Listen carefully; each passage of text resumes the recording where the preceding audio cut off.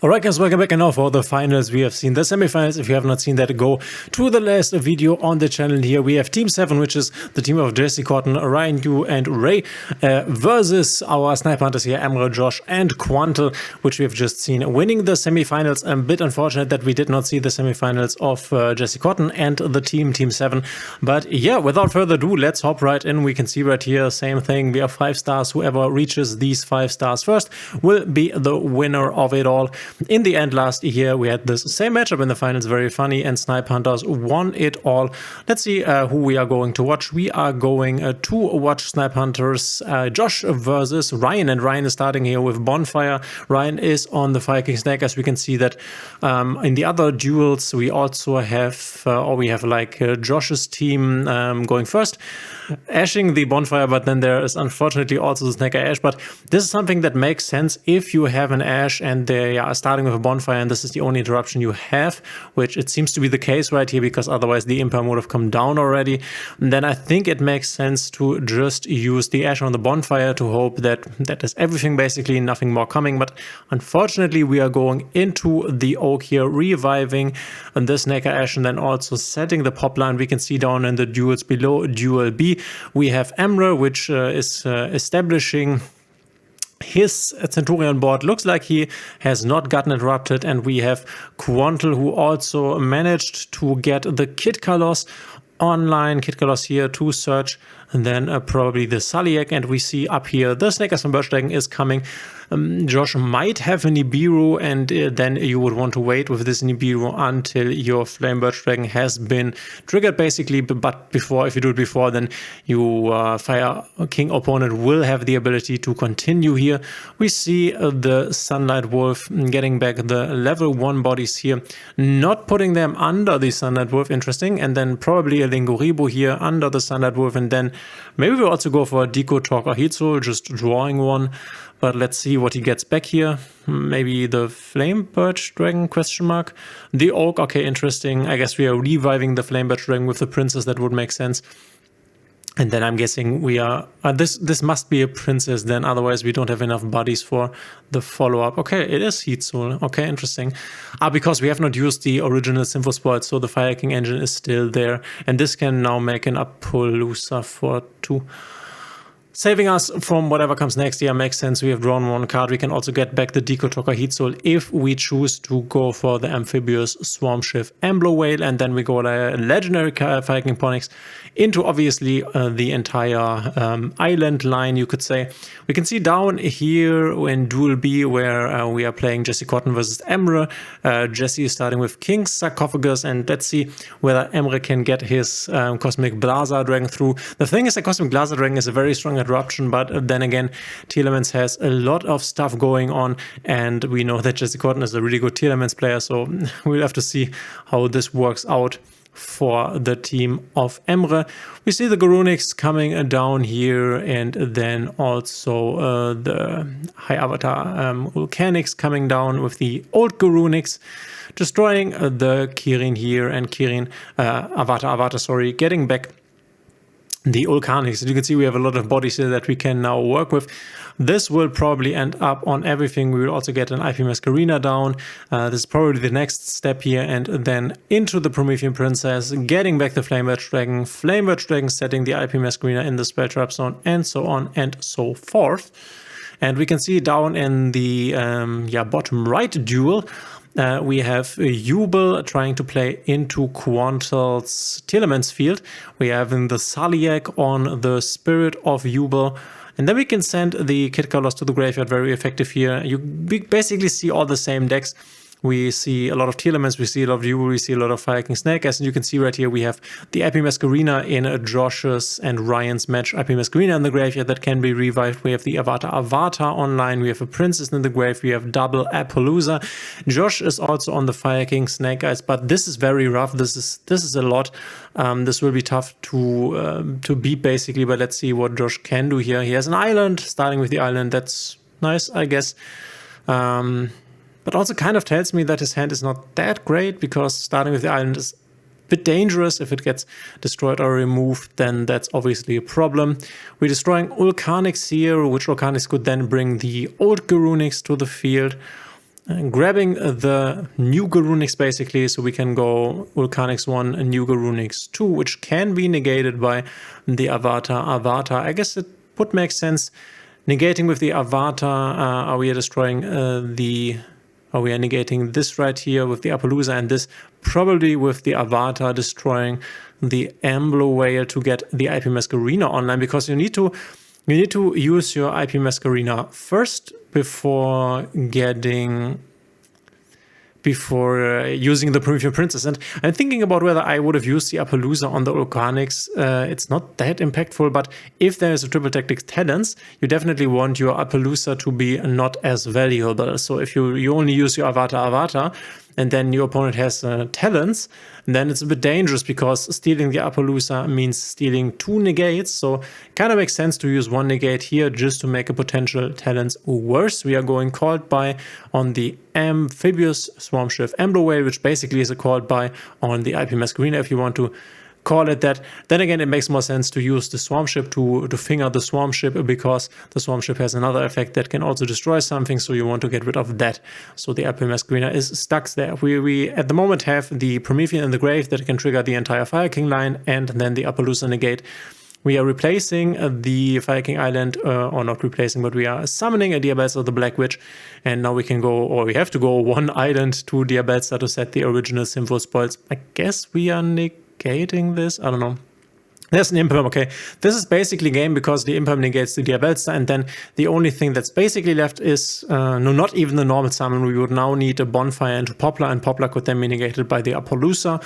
So yeah, this should be a game. We have Temple, that's nice, I guess, but not much here. Ryan telling his teammates probably that it is over. And we can take a look at the other games. We can see that in the left game on the bottom that Jesse Kotton has definitely established a good field position here, and it seems that Amro was not really able, at least until now, to really establish a good counterboard here. And we on the right, on the bottom right, have the Jubel that has basically managed to play through Quantil's Telemans board. I guess the Kashtira Fenrir is already triggered, I would assume, and we have seen the Saliak already been used, so this might be the point at which Jubel can basically establish the entire board, which would be very bad for Telemans.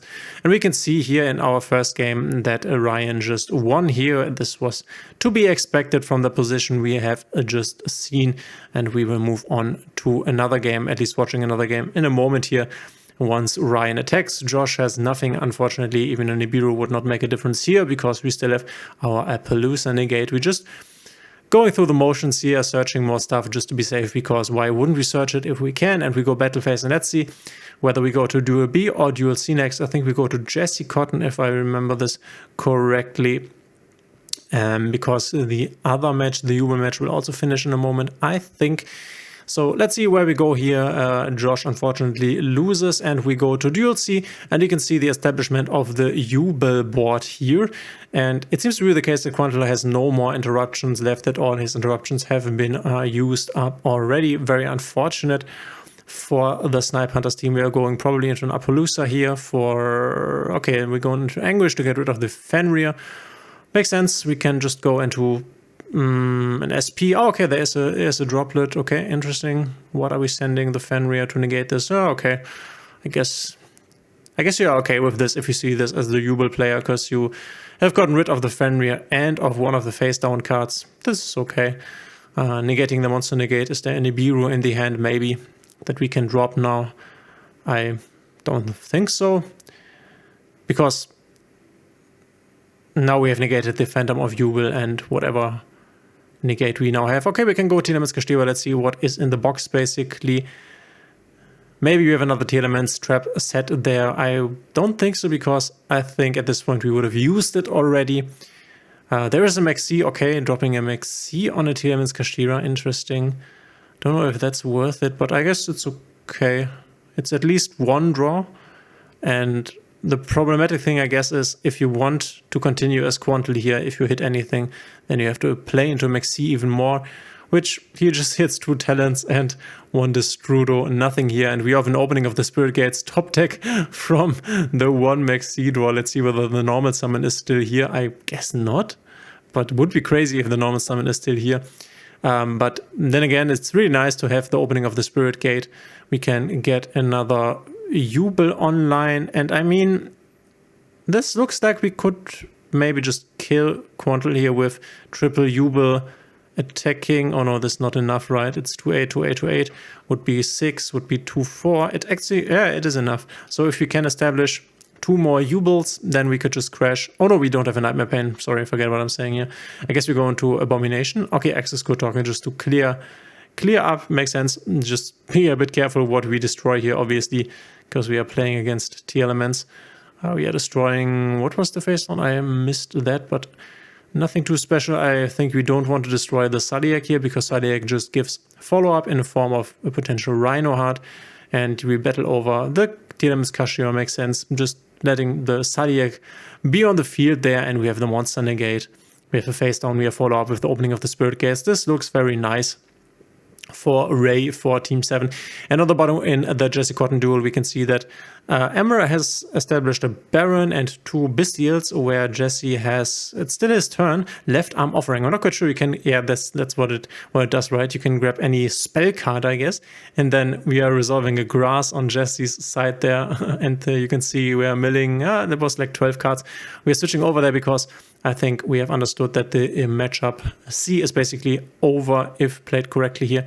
We are going to fusion on Jesse's side. Let's see whether this Baron de Fleur is still live. Zodiac will also... Oh, we have also hit a meta noise. Crazy. So now we are going hard here. I don't think you want to negate the meta noise with a Baron de Fleur. This is not very effective. Unfortunately, that 2 Bestials are already on the field and we can't use them to basically interrupt the fusion summoning anymore. A bit sad here. We grab the T-Elements Rhino Heart. Kashiwa mills another 2, not that impactful, and we are fusion summoning probably into a Kaleido Heart. I guess, don't know what the graveyard of... okay, we are going into a Kid Colors, it seems like. Have we not made a Kid Colors this turn? We have not, unfortunately. It seems to be the case. Interesting, and let's see whether this Baron is potentially still alive, though then again, would you negate the Kid Colors and destroy it? I guess not. But we would see the Baron effect now if it's still alive, because otherwise it will obviously go. Seems to be, yeah, it has already been used, so it goes, and we will grab maybe a trap. Zodiac. I guess Zodiac is gone. Grief to have another fusion summon ready. I like it. Let's see. This looks very nice for Jesse here. We are going Fairytale Snow. Main phase 2, so we are not able to kill here. But it doesn't really matter. The question is, have we access to another Horus monster so we can make another rank 8 maybe? We are going for the Snow to flip down. Okay. Don't know if that's super important. I guess if we want to go into the extra deck once more, you want to flip down the Baldrake, and now we are milling even more. T-Elements just like a really fun. Let me know in the comments, guys. What's your opinion on T-Elements? I think it's a really fun deck. I really like it. It's just this randomness aspect is really something that the game normally is missing. Let's see whether the Shiren can still fusion summon. I guess not. We can see over there in Duel C, the Team 7 player and the Ray has also won, so blue wins, and this also looks like a blue win, unfortunately, for Snipehunters here. But let's see what Jesse can trigger here, or if he can trigger anything else. I definitely like the position Jesse is in, and we have another Horus card. Okay, I guess getting rid of the Trudea in the spell trap zone there would be nice, just to get rid of the potential follow-up. But let's see, Zombie Vampire maybe. The question is, do we even want to mill more stuff? We have milled so much already this turn, but we are milling even more and then grabbing what from the Zombie Vampire? I mean, it's really cool that Zombie Vampire is basically a free SP Little Knight. You can just go Zombie Vampire, mill 4, and then summon anything, and then you can just go into an SP Little Knight, banishing, for example, the Trudea. We will mill more here. It's crazy. I would like to know how many cards he milled this turn. Dotscaper. He also plays a Dotscaper. That can be just summoned to the field. Nothing too fancy. Here we go. Link into... Oh, this is just Baron here. Okay, so Baron, that's not obviously very nice. Baron, we can kill the Trudea or the Branded Regained. And then we are making, I guess, an SP Little Knight. It's not. It's a Dark. Maybe we also go into an Axis Kotoka clearing even more stuff up. This would be insane, obviously.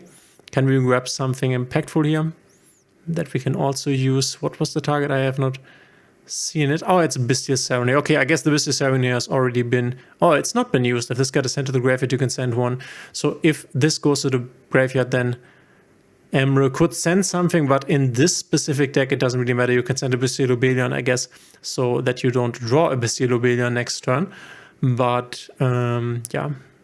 And we are destroying, I guess, the Trudea. Okay, Brand Regent, yeah. I think Trudea and Brand Regent, these are the prime targets that you want to get rid of, because both are basically follow-up, even though Trudea, in my opinion, is a bit more follow-up.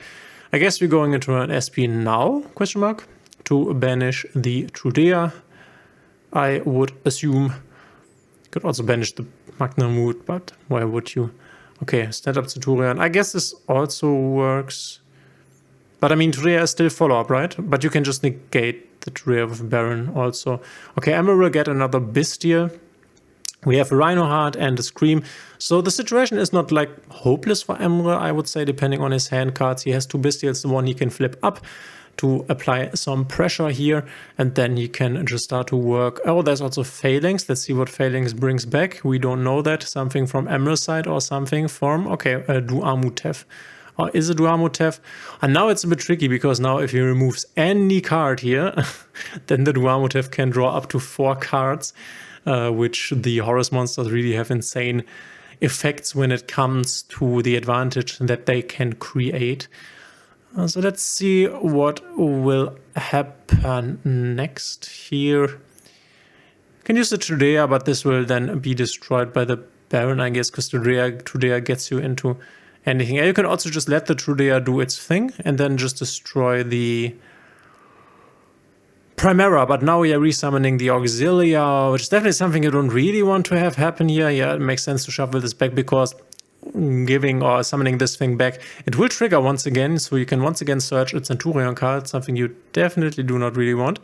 And we are shuffling back stuff, which will also trigger our planet, which I guess we can then either destroy the Baldrake, or I would say the Trudea still, but yeah. Jesse knows what he's doing, so let him do his thing. We will destroy Trudea, or the Baldrake, yeah. That's what I talked about, but okay, there goes the Baldrake. Jesse not afraid of the Trudea, just wants to stop it at the Primera point, I guess. Also possible. It also uses up an additional Primera, maybe that's the reasoning why we are doing this. And I'm communicating with his teammates about what to do next. We're going Bestial, Drew is Worm, targeting. I have missed what it's targeted. I guess you let this go through. Could get rid of the Bestial Magnamut so that there are no 2 level 6 bodies on the field. And then again, I'm not quite sure what this even would go into.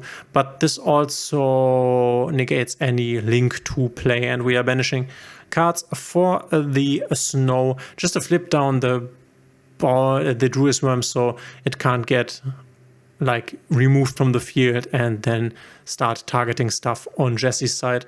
Makes sense. It comes down. Oh, it does not even come down. So why have we then used Fairy Tail Snow? Ah, we have used Fairy Tail Snow because then the target is no longer in the grave and the Druid's Worm doesn't come. Okay, so I guess we are letting Trudea do its thing, place it back, because Emerald could have a Primera in the hand. Normal summon is still there, so normal summon Primera. So I guess you just let Trudea go through and then wait for the Primera that comes now. And now you're just going to negate the Primera, because if Emre has a Primera in the hand, then it doesn't matter then. So this is playing around the Primera. This is the upside. If the Primera is still in the hand, it's useless. Interesting that he does it here. I would have done it at the moment where the Primera activates the search effect, because now a Primera normal summon from the hand can still search. That one I didn't get. But yeah, this is safer. The other route is more greedy, because the other route, just destroying the Trudea, would mean you destroy the Trudea, and now the Trudea is still there. And then again, the situation looks so bad for Emre. We have a Centurion Gargoyle, you have to send something away, which would have been negated by just destroying the Trudea there. But what are you going to do with one Gargoyle with 1/5 attack? We are going for a Star Slayer Typhon here.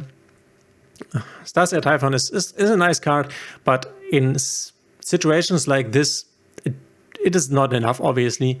And now he just bounces something back, and now the Duamotev activates to draw 3. So, yeah. Nothing you can do right here. You can run over, I don't know, the Rhinoheart, I guess. Yeah, the Rhinoheart. Run over the Rhinoheart and then pass over and lose the game. I don't really see how Emre could win this from here on out. We have a Standard Centurion, okay.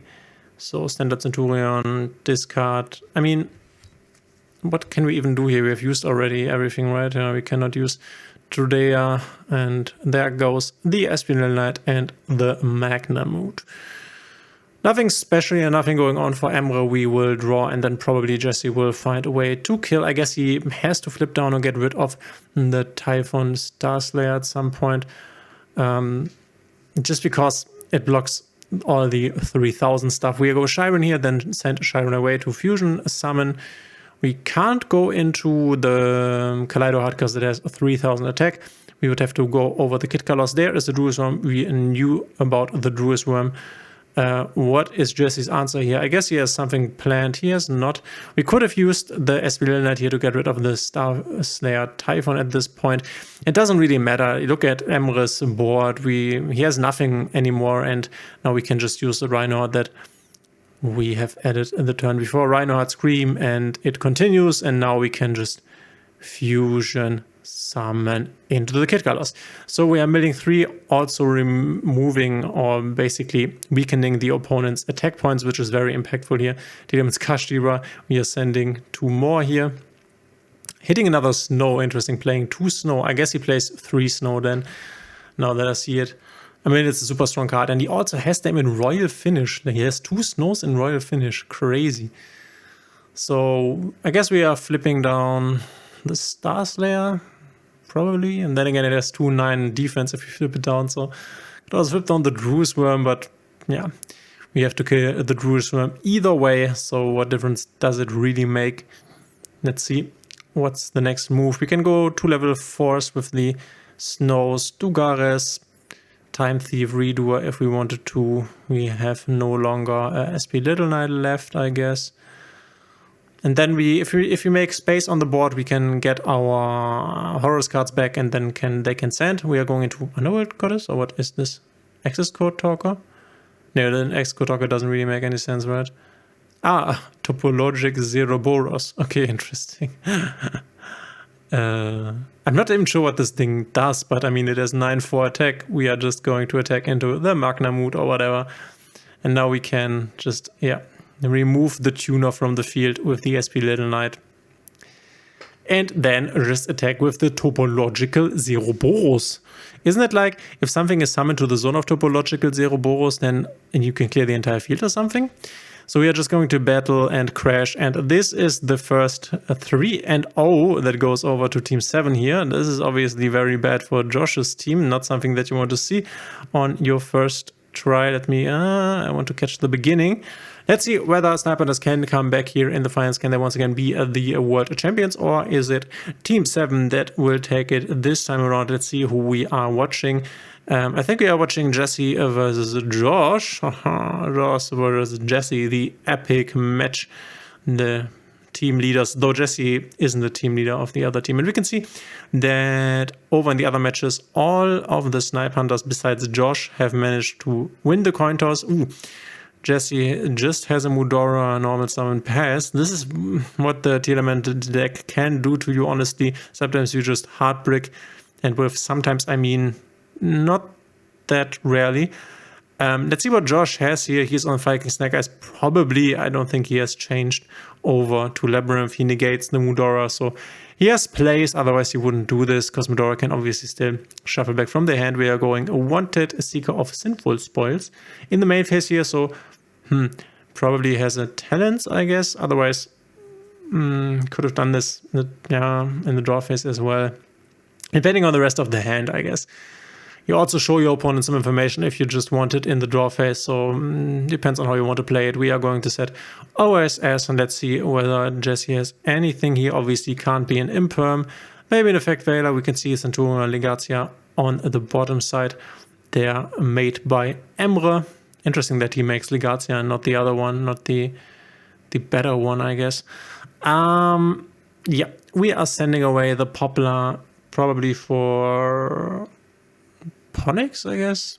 Replacing the Temple. Okay, we are staying in the Snake Eyes 9, so Snake Eyes Ash. If Jesse has nothing more than this Mudora, if there are no more interactions in his hand, then we will just see Josh winning, because you obviously can't put the Mudora in the graveyard, because if you do, then he can just spin back your Promethean Princess, your Raging Phoenix, and then your OTK doesn't work. But there's also an OTK that you can do when your opponent has no monster on the field, so you can just use your Flame Birch Dragon, push the Mudora back into the Spell Trap, and then make a Nightmare Phoenix, and together with Nightmare Phoenix and the World Sea Dragon Zealantis, you are also able to kill your opponent. Down in Duel A, we can see that Ryan is going, what the heck went on there? We can see Ryan is with his Fire King stuff, and we can see that I think he's playing against Quantle. Quantle only has a King Sarcophagus and not a single card in his hand and not a single card on his field. So whatever happened to Quantle, I think this is just a game loss. So yeah, because Ryan has the entire Fire King line available to him. This is definitely enough to kill, especially on a completely empty board. I don't know what's going on there. Or we can see Emre and Ray starting with a Duster here. This is tough. I mean, in the end, the monsters will go to the monster zone, and I think the stand-up Centurion also will not get destroyed because of the protection effect. But obviously losing the other face downs is pretty rough, and yeah, we can see Josh continuing there. I think he's close to just killing, and Ryan is also close to just killing. So this would then come down to whether Emre can, yeah, hold on in this game here, and he loses a lot of stuff. Holy guacamole. I mean, he can still do the Synchro Summon into the Crimson Dragon and then Cosmic Blaster, but there is Cosmic Cyclone. The best card against the field spell. Now Ray only has to have some plays in order to basically win this probably. And we can see down there that I think Ryan has just won, so Team 7 another win. We will probably see the Josh win here on his Fire King. But this Emre Ray matchup looks very bad for... Oh, we are playing Pearly. Ah, interesting. We are playing Pearly. And we are revealing. The thing is, with Pearly now... This is basically game with Pearly. If Emre has nothing more... But I do remember this game, and I do remember a little mistake that Emre made, honestly. That could have maybe saved him the game here. You can let me know in the comments. What is your opinion on that? We also have Stray Pearly Street, very strong here. And obviously with the Happy Memory stuff, you can just kill here. That's the Happy Memory. We are going to discard one and then we'll get the Black Cat. And the thing is, so Ray will give him an opening in a second to basically stop him from winning the game. We see Pearly going up into the White Cat here. So you can now no longer target the Pearly, and you will also not be able to target anything. So he adds the White Cat with the Black Cat and now goes up into the Happy, and now he cannot target anything here because of the Pearly Street. And now we only have to go to battle phase and then get the Delicious Memory. And now here's the mistake, right? He goes for a Pearly, normal summon Pearly that is. And Emre at this point uses his Effect Veiler, which obviously, yes, it makes sense. You cut him off of these 3 hits here. But the thing is that it will turn out that the Effect Veiler will be Emre's only thing that he has, right? The only interruption. And there's one crucial point that he should have waited for, because now the Pearly is on the field, right?